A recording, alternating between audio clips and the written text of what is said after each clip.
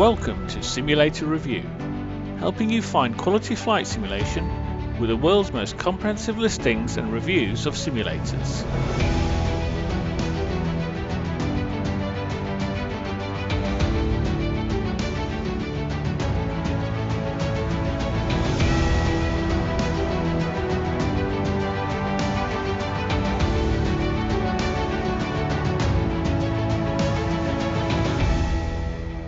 A warm welcome to episode 10 of our podcast for the flight simulation community. My name is Alexis, and I'm joined by my two colleagues from simulatorreview.com, Elliott. Hello. And Andrew. Hi there. If you're a regular listener of our podcast, a warm welcome back. And if you are new to our podcast, then you are in the right place for discussion about simulator venues and getting the most from your simulator experiences.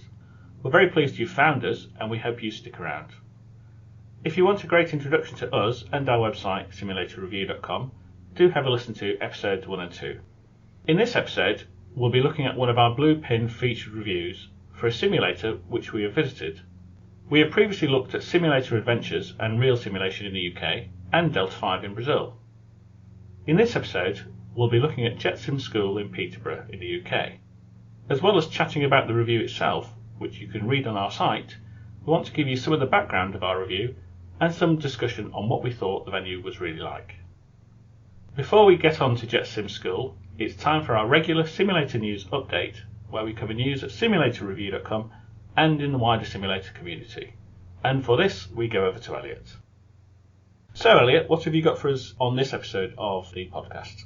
Okay, well, firstly, the disclaimer. We're discussing this well before podcast release date, so it's early to mid-August that we're talking. I just wanted to have a look at this surprise launch of Microsoft Flight Simulator 2020. So when we talked about this before, we were expecting a release date of October time, and we were basing that upon a lot of the hardware saying they were going to be out before the simulator, and their release dates were in September. So we're surprised that on Tuesday the 18th of August 2020, the long anticipated and eagerly awaited Microsoft Flight Simulator 2020 is going to be released. And along with the release date, we had a lot of extra detail that we were anticipating and looking forward to reading about the levels and the pricing structure. And I thought we'd also give just a quick update on if we think it's value for money, because I think some of the prices will surprise some people. So just very briefly then, there's 3 levels of Microsoft Flight Simulator that could be purchased, and they are Standard, Deluxe and Premium Deluxe. And with those, they have different numbers of airports and aeroplanes. And I don't know if either of you have had a look at this yet at all, but we're looking at about 30 aeroplanes up to 40 aeroplanes at the top, and 20 airports for the Standard, up to 30 airports for the Premium. And I know we're not a sort of a Microsoft Flight Simulator channel, but we do think that this new simulation software might change what we look at and what we go and visit, and some of the providers might adopt some of this. So of note, some of the aeroplanes that we were quite interested to see was a 787 Dreamliner in the Premium Deluxe edition, and the Basic edition, the Standard, also has an A320 Neo and a 747-8. So it'd be very interesting to see if some of the venues take advantage of these. They are meant to be a study level aircraft, so this is proper procedures and functionality of each system there. So yeah, it'd be interesting to see if some of the venues do those. And we're always interested in scenery, and a lot of the airports that we fly around are included. So Heathrow Airport, Frankfurt Airport, San Francisco, Dubai, all in the Premium one. And then in the Standard one, we got places like Gibraltar, LA, JFK, Orlando, Paris, etc. But some interesting ones to note. We got Courchevel, we've got, we said Gibraltar and Innsbruck, and also Queenstown, Rio de Janeiro's in there. So there's some great, really good airports that we think a few of the simulator venues can take advantage of. So to look at the prices, I've got some UK and US prices for these. So the Standard in the UK is £59.99, and we lose out to the US, it's $59.99 over there. And then for the Deluxe, so the middle of the road, it's £79.99 UK pounds or $89.99. And for the Premium, £109.99 UK pounds or $119.99 US dollars. So we were expecting a pricing to have sort of a subscription-based element to it. So it's a bit of a surprise that it's just one-off, but that's a pleasant surprise, I think. I don't know what you think, Alexis, but I was expecting subscriptions for weathers and traffic, etc. Yeah, I think that's what everybody was expecting, which is that Microsoft generally and most software is moving to subscription models now where you pay a certain amount per year. But it's a surprise that they've done this and just had a one-off charge. What do you think about £109.99, £110 as a cost for a software program? I think it's quite reasonable based on what you're getting, because what differentiates the three versions is effectively you get more handcrafted airports. So you get quite a few of those, and also you get a few additional aircraft. Again, with previous simulators like P3D or X-Plane, you'd be paying money for that. So £109 for whatever it is, 30 handcrafted airports, a decent range of aircraft, and the simulator software itself, plus a lot of the general scenery is all more or less photorealistic. It's incredible value, I think. Yeah, I'd agree with you, because you get an extra 10 between the standard and premium editions. It's about a £50 price increase. So you get 10 extra handcrafted airports and 10 extra handcrafted aircraft. These sell for £20, £30. An aircraft or an airport can be sort of £15, £20. So if you add that up, that's a really, really good value for money, in my opinion. So some of the negative sentiment about the pricing for this sim, I think, is quite unfounded and probably a little naive and narrow-minded, considering the extra work that's gone into it. I think it's interesting as well that we've certainly seen a few add-on companies already come out saying they are working on extra aircraft and some scenery updates for Microsoft Flight Simulator, like Orbex, for example, who've talked about scenery. And also the things that you've seen that are probably missing from the simulator, which is the 737, the obvious one we always see for our simulators that we go to, and potentially 747 and 777. PMDG have already committed to that, to bring their aircraft across to Microsoft Flight Simulator. So hopefully we should see those later this year as well, and that will really help round out the simulator. Absolutely, and I guess the big question is, and I don't think any of us really know the answers, but when might we see MSFS 2020 being incorporated into any of our simulators? It's a good question. I think my personal feeling is not for a while. Maybe not even till next year, I think, till 2021.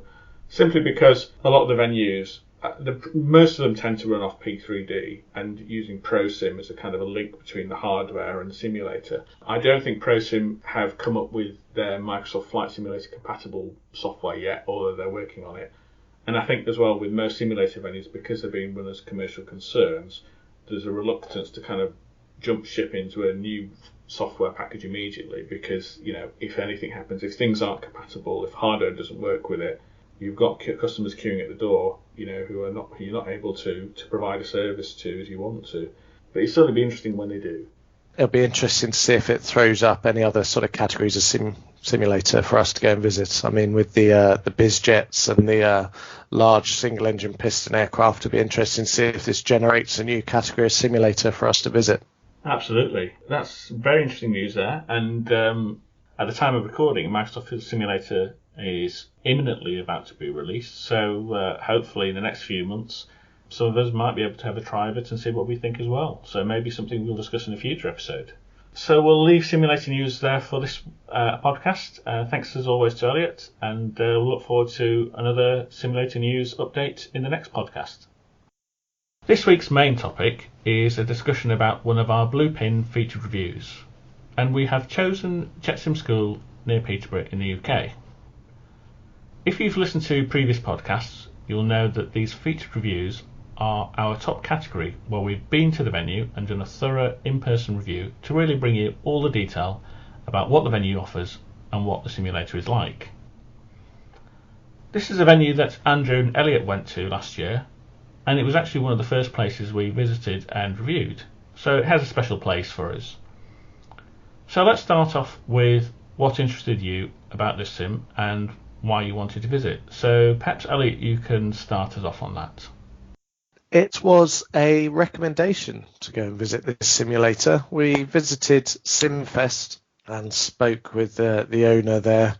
who's a very knowledgeable chap, and it seems that everybody knows everybody in this industry. And he said, if you're looking for the best 737 at the time in the country, fixed-base simulator, then you need to head up to Jet Sim School in Peterborough.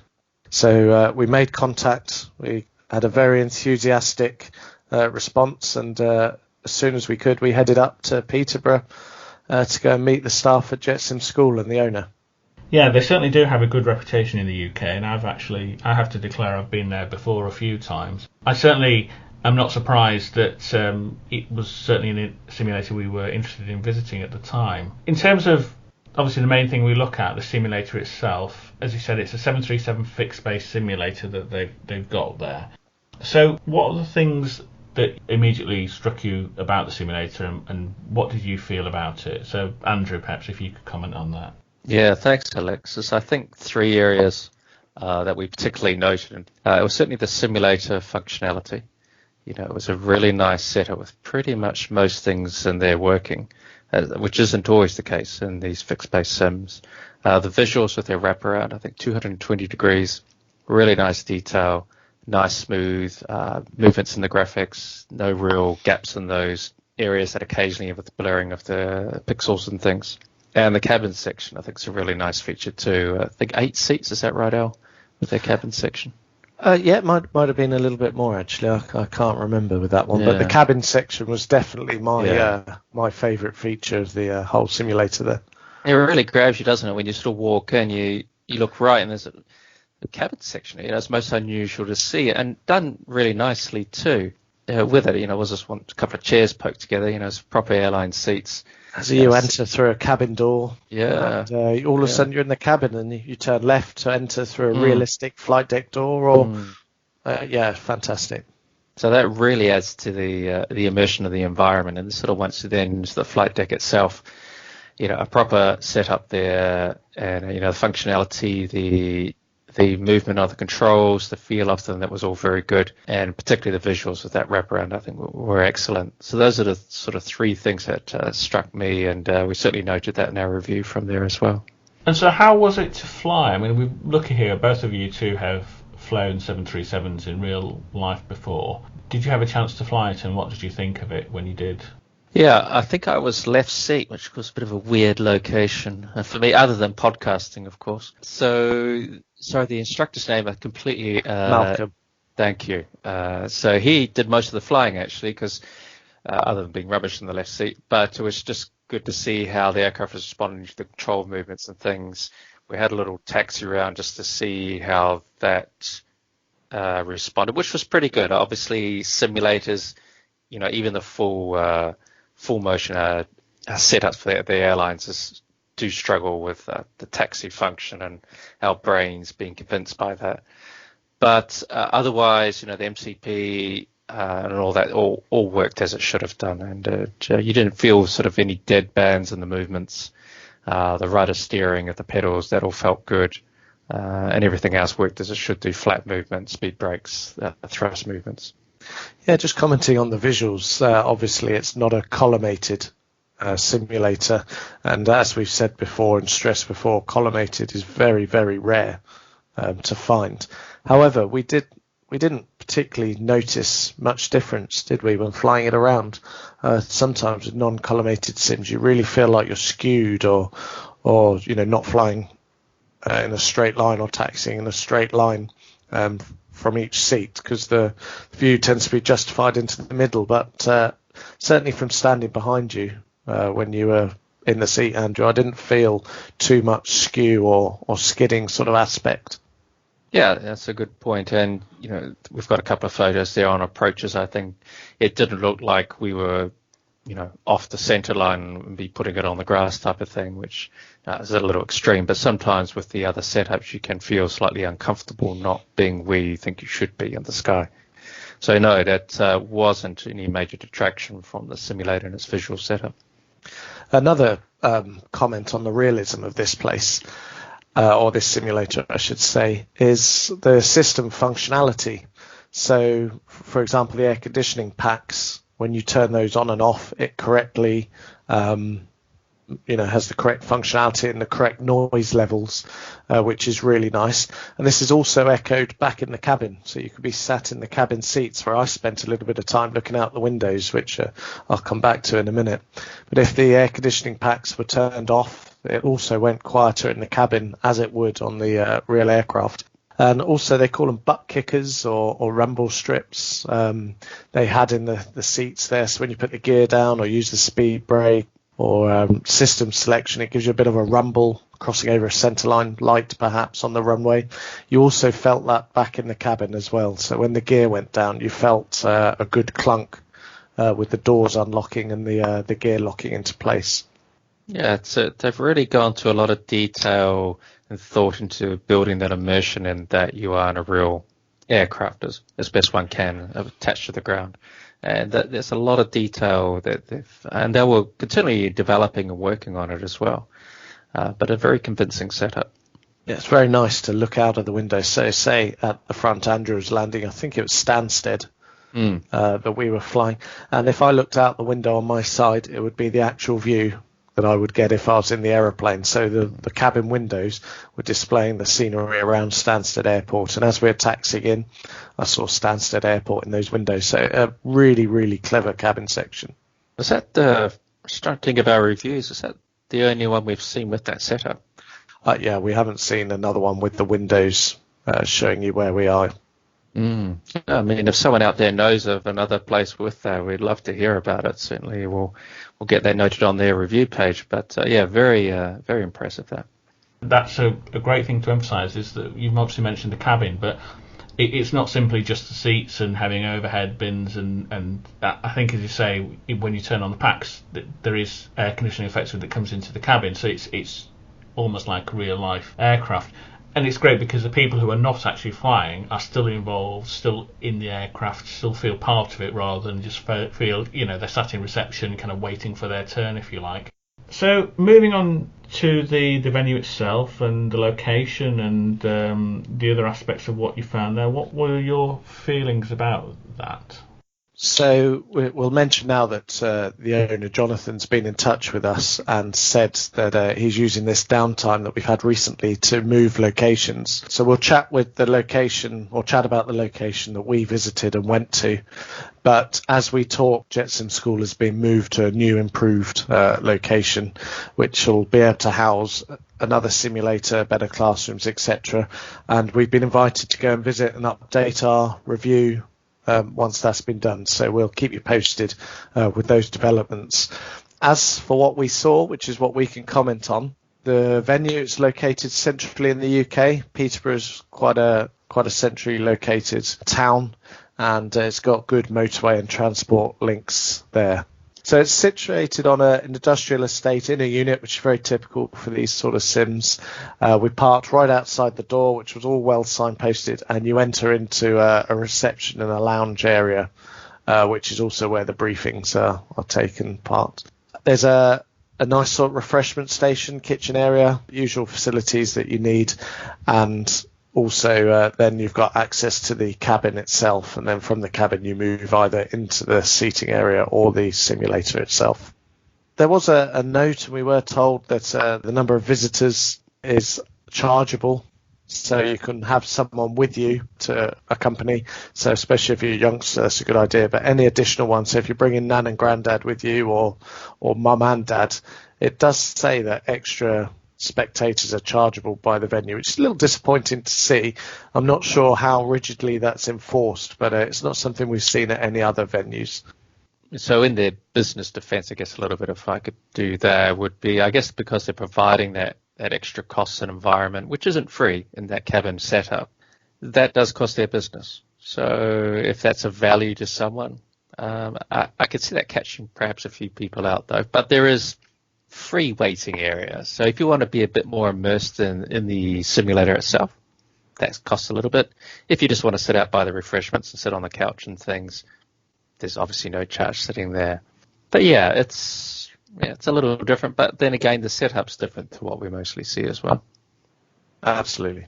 Which leads us on to their business side of things, perhaps. Yes, I was going to ask my next question really, which is what you thought of the business. You obviously had a bit of time there speaking to Jonathan, the owner, and some interaction, as you said, with the instructors.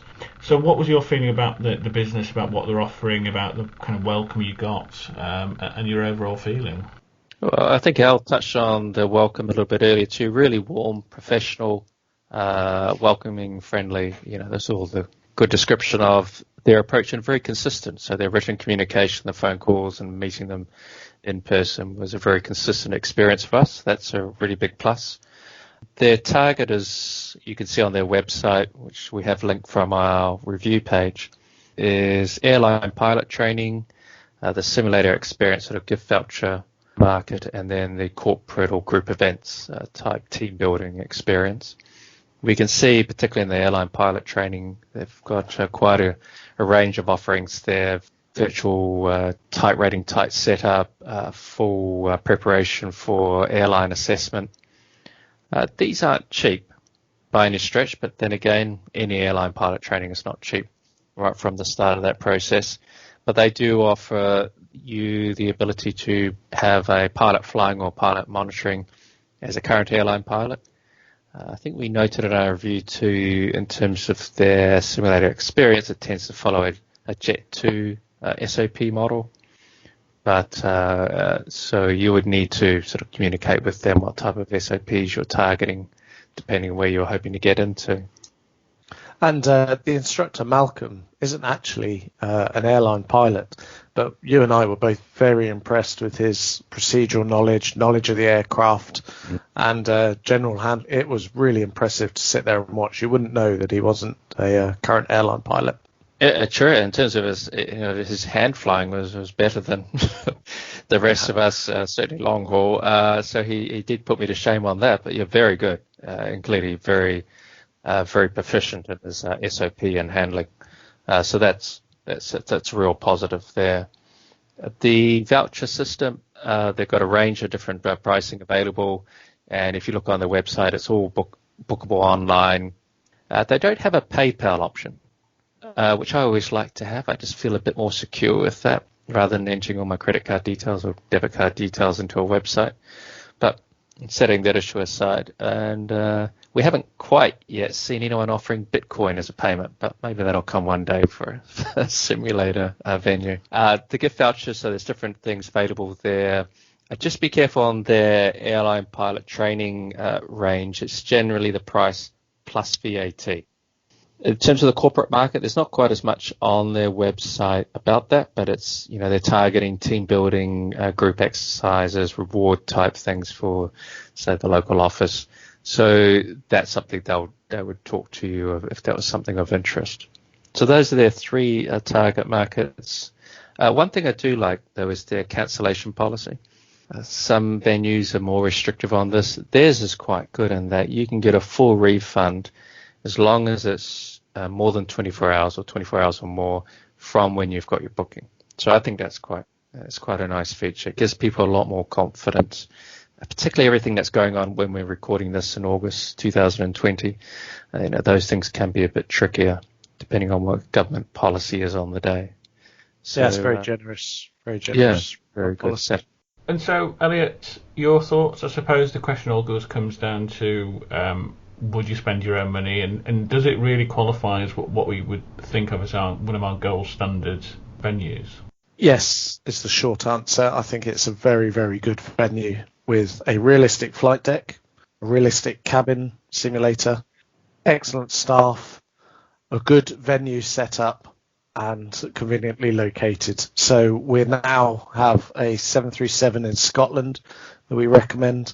We've now got a A320 in Manchester that we think is very good, and we've got a fixed base 737 in the Midlands that we think is very good. So we're slowly building up a really good network of simulators throughout the country that we think are a very good standard, and I'd have no hesitation in including JetSim School as one of those simulators. Yeah, and it's good to hear that. I think the one or two things we noted as negative, so the lack of a dedicated briefing room, for example, those things will be addressed because, as you mentioned, they're moving to a new venue. They're going to have a lot more space there, and they should be there fairly shortly, if not already. I certainly think that we'll be heading back there as soon as we can. to have a look at that and updating our review to see what they've got. Okay, well, great. That's another of our feature review venues covered. Thank you to both Elliott and Andrew for visiting and for their comments on that. As I said, we'll certainly be back there soon when we can to see their new venue and update our review. And we'll be covering more of our Blue Pin featured review venues in the future, so do keep an eye out for those in our further podcasts. So there you go, a chat about Jet Sim School in Peterborough in the UK and their 737 fixed base simulator. Do have a look at the review on our site as well. There are some photos that we took when we visited, so you can see what it's like. If you've been to Jet Sim School, let us know what you think. You can add your comments to the review on our site, simulatorreview.com. We'd love to hear what you thought and whether you enjoyed your experience there. Also, if there are any other simulator venues that you know of or are interested in and would like us to do a review, do drop us a line and we'll certainly see if we can fit it into our schedules. In our next episode, we'll have a look at another of the subjects covered by our articles on our site, and we'll be going a bit more into the background behind the article. I hope you'll join us again for that in 2 weeks' time. In the meantime, please do subscribe to our podcast. We're available on all the major podcast services, and please leave us a star rating and review. Until the next episode, it's goodbye from me, and goodbye from Andrew. Goodbye. And it's goodbye from Elliott. Goodbye. Thank you for listening to the Simulator Review podcast. We would love your feedback, so please do comment and rate us. Please follow, share, like and subscribe on all our social media channels, where you can see regular updates on new simulator listings and reviews, as well as our latest articles. Until next time, happy simming.